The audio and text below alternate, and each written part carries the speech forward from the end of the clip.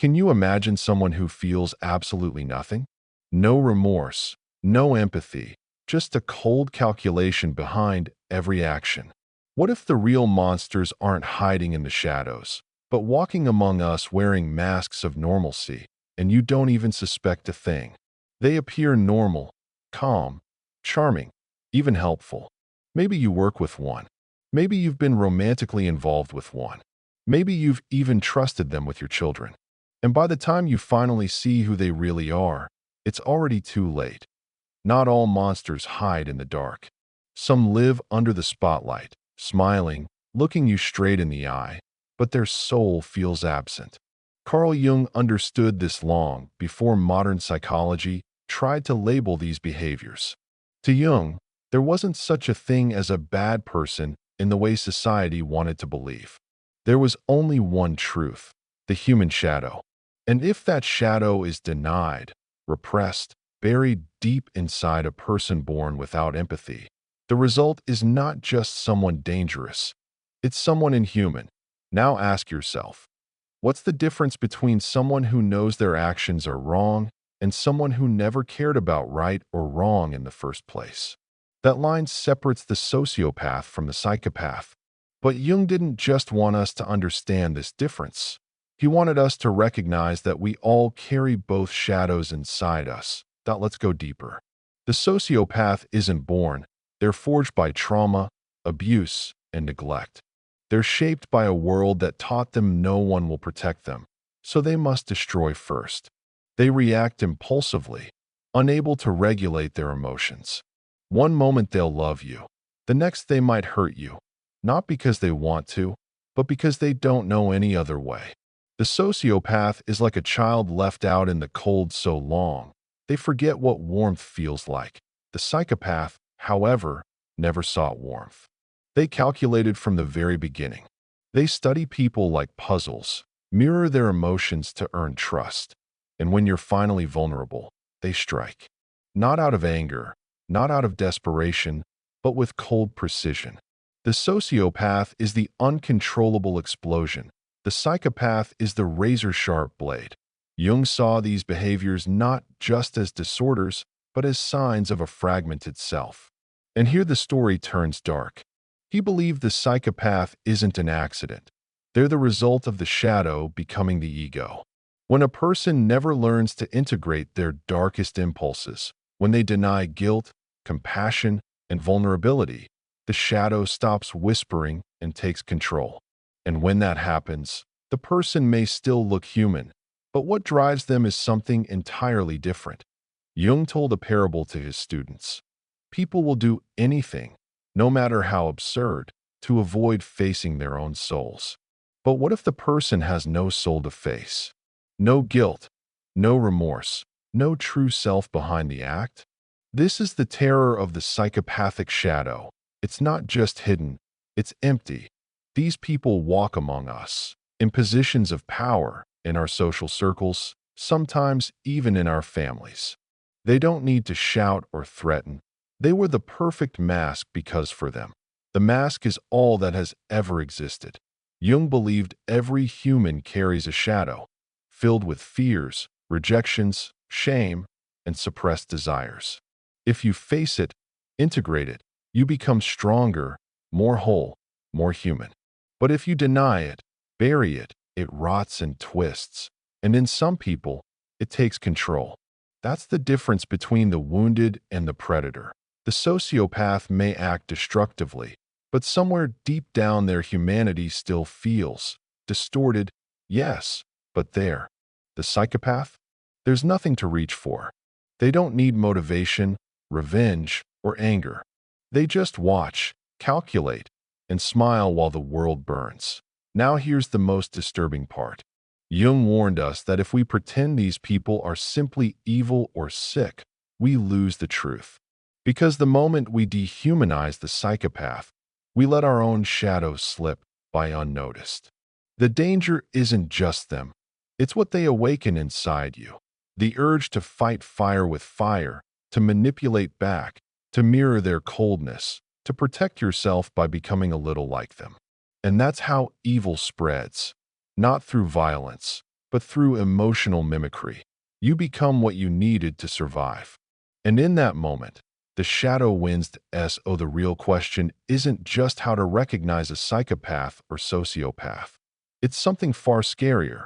What if I become one? Because according to Jung, the most frightening monsters aren't born or made, they're chosen. Every time we deny our shadow, every time we refuse to face our inner darkness, that is the true difference between the two. The sociopath is lost. The psychopath never had a path. And if we're not careful, we drift so far from our own light that we forget who we are. Jung didn't believe in good people and bad people. He believed in whole people and fragmented people.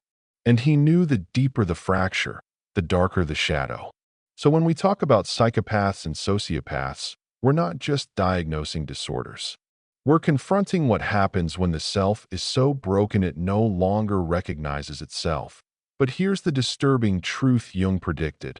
The line between pathology and spirituality is razor thin. What if the psychopath isn't just a medical condition, but a spiritual void? What if the sociopath isn't just emotionally unstable, but the embodiment of the rejected child inside us all? And what if both are mirrors of the shadow we refuse to face? Jung wrote that until you make the unconscious conscious, it will direct your life, and you will call it destiny. This isn't just a quote, it's a curse. Because the unconscious mind isn't just where dreams are made. It's where your deepest fears hide, where trauma is buried alive, where the shadow grows teeth. Now imagine this in a child raised amid violence, neglect, and abandonment. A boy who learns that crying is weakness, love is manipulation, and people are threats. What does his unconscious choose? He hides fear, buries love, and shatters the self. In its place, he builds armor. This armor becomes the sociopath. He's not evil. He's so defended, so guarded, he no longer knows how to let anything in, not even love. Now compare that to a child born with a biological inability to feel empathy, a different brain wiring, a distinct structure.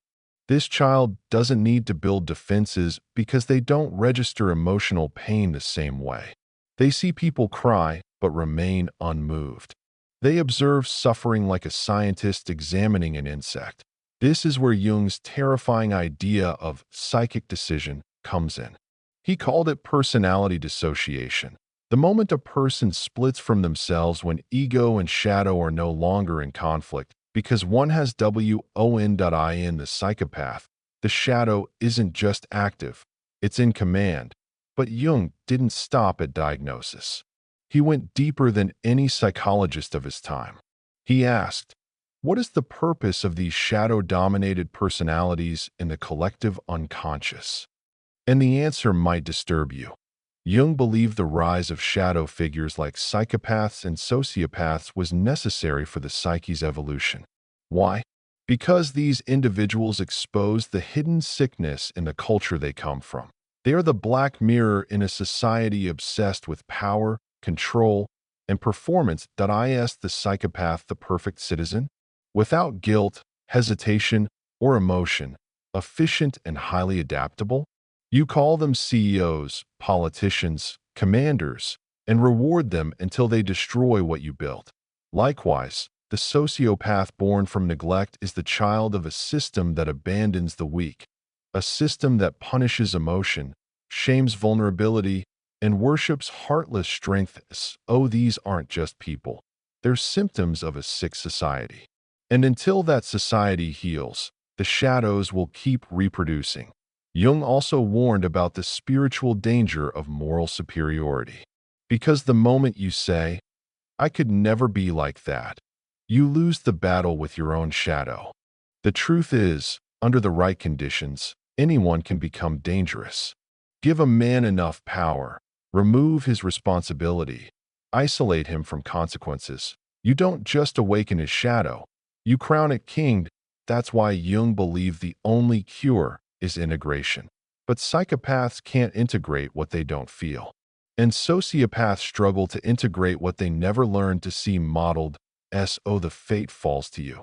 You must become aware of what you project, because often we meet people who seem dark or toxic and call them evil. We blame them. We fear them. But what if they're not just showing who they are, but who you could become if you don't face your own inner fragmentation? Jung's process of individuation wasn't just therapy. It was a spiritual initiation, a journey into the psyche's underworld where every monster is a message, and every mask you see in others is a part of you waiting to be unmasked. Let's take it further. What if the sociopath is raw shadow, unfiltered emotion, rage, impulsivity, and the psychopath is refined? Shadow, cold, strategic, spiritually numb. Now ask yourself, which is more dangerous, the one who explodes or the one who smiles while manipulating you to destroy yourself? One is chaotic, the other surgical, but both represent what Jung called renegade archetypes. They aren't outside us, they're inside. And if we don't do the work to make peace with them, they will control us without us even realizing it. That's the real danger. Not that the psychopath exists, but that we build a world where they thrive. Not that the sociopath is violent, but that we stop seeing who made them that way. And above all, that we still believe we're safe from both. Jung didn't give us a map to avoid darkness. He gave us a mirror, he said.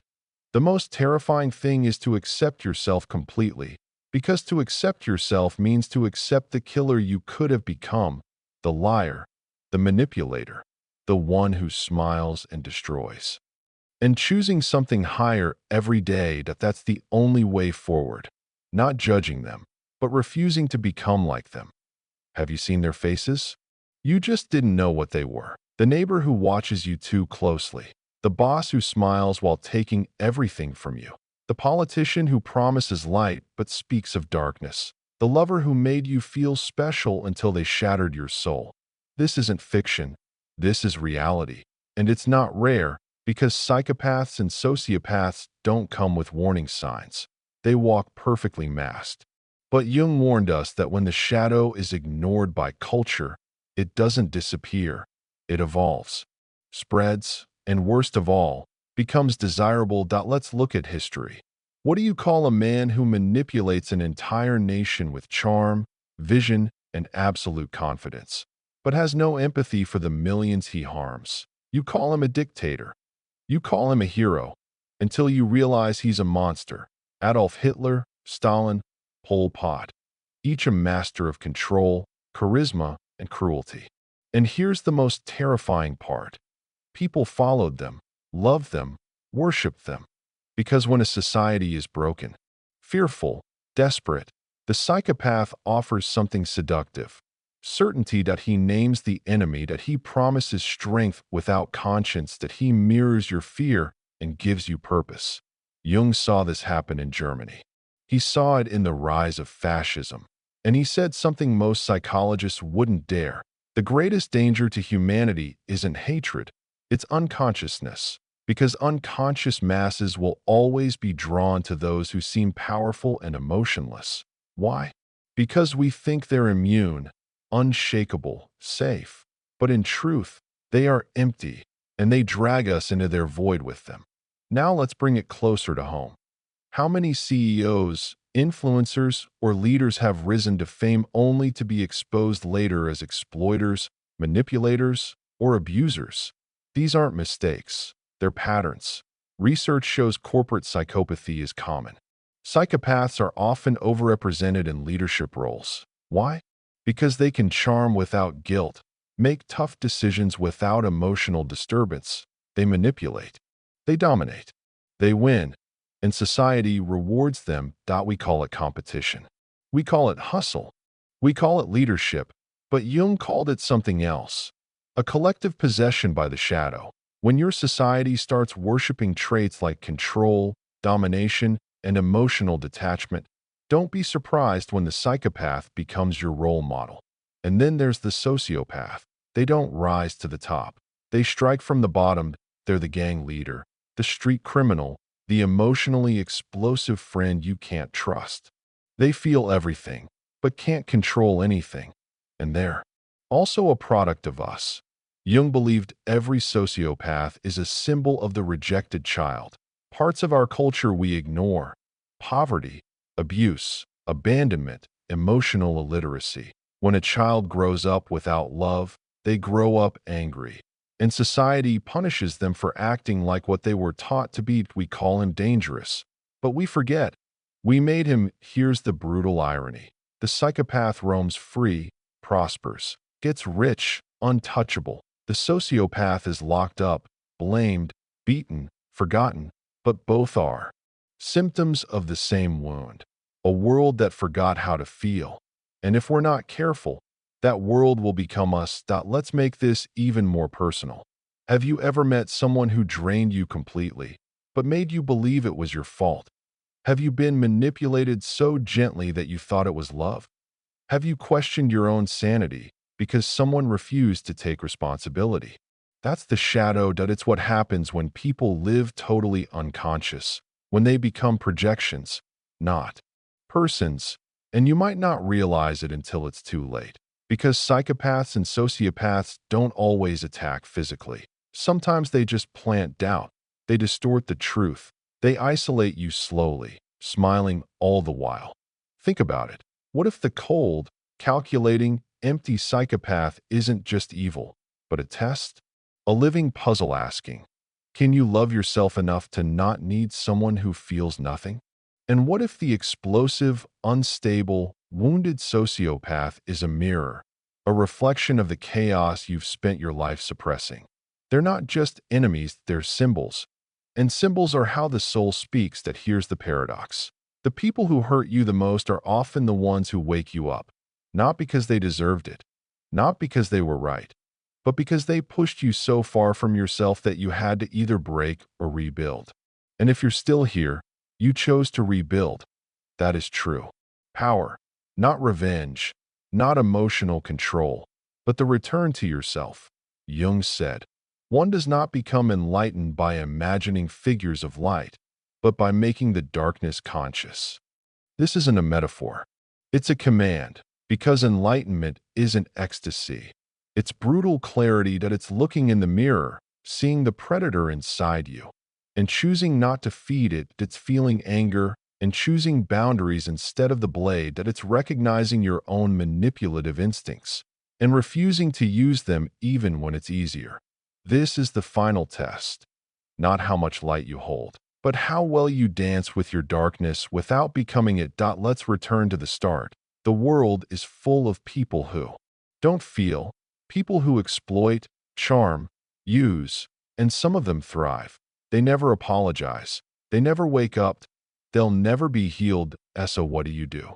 You stop hoping they'll change, and you start becoming the kind of person they can never control. Because once you become whole, once you reclaim every lost part of yourself, the game changes. You don't attract abusers anymore because you won't tolerate their language. You don't fear manipulators because your truth isn't negotiable. You don't chase love because you stopped abandoning yourself to get it. This is what freedom looks like. Calm in the face of chaos, power in the presence of control, compassion without surrender. Jung's greatest teaching wasn't about diagnosis. It was about integration, and the final realization is this. You're not here to be perfect, that you're not here to be swallowed by darkness, that you're here to become someone who can face darkness without falling apart. That is true healing. Not light without shadow, but light that shines because of shadow, because a soul never shattered can never know what it means to be whole. So now, I leave you with one last truth. You don't need to fear the psychopath. You don't need to fix the sociopath. And you definitely don't need to hide from your own darkness. You just need to own it. And when you do, you'll realize the people who hurt you were never your curse. They were your invitation to wake up, to take back your power, to become something no shadow can touch. So we come to the end of this deep journey, inspired by the words of Carl Jung. The most powerful lesson isn't about pointing fingers or labeling monsters out there. It's about recognizing that darkness exists. Yes, but its true home for us is within our own shadow. Those who hurt us, the silent manipulators, the explosive, emotionally unstable, can be mirrors. Mirrors showing us the parts of ourselves we've neglected, repressed, or feared. The truth is freeing. You don't need to fear the psychopath. You don't have to fix the sociopath. And most importantly, you don't have to hide from your own darkness. That Jung's invitation is to recognize it, integrate it, accept it, because it's in that act of courage that true healing happens.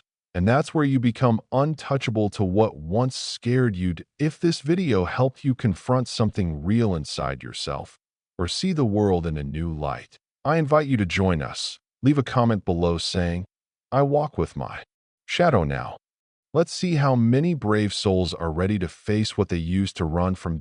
Don't forget to like this video, subscribe for more deep content like this, and share your thoughts in the comments. Your support is essential to keep these vital truths transforming lives. And if you have the courage, watch the video I left in the card above. It reveals the most dangerous personalities classified by Jung, the ones you must avoid at all costs. See you in the next video. If this video opened your eyes to a deeper truth about human nature and your own inner shadows, don't keep it to yourself. Share it with someone who needs to hear this message, because understanding these shadows is the first step to true freedom. Join our community by subscribing now, where we dive into the psychology of the soul, healing, and transformation every week. Hit the bell so you never miss a chance to grow beyond your limits. Remember, the real power isn't in fearing the darkness. It's in embracing it and choosing to rise above. Walk with your shadow and watch how your life changes. Thank you for watching, and I'll see you in the next journey of self-discovery.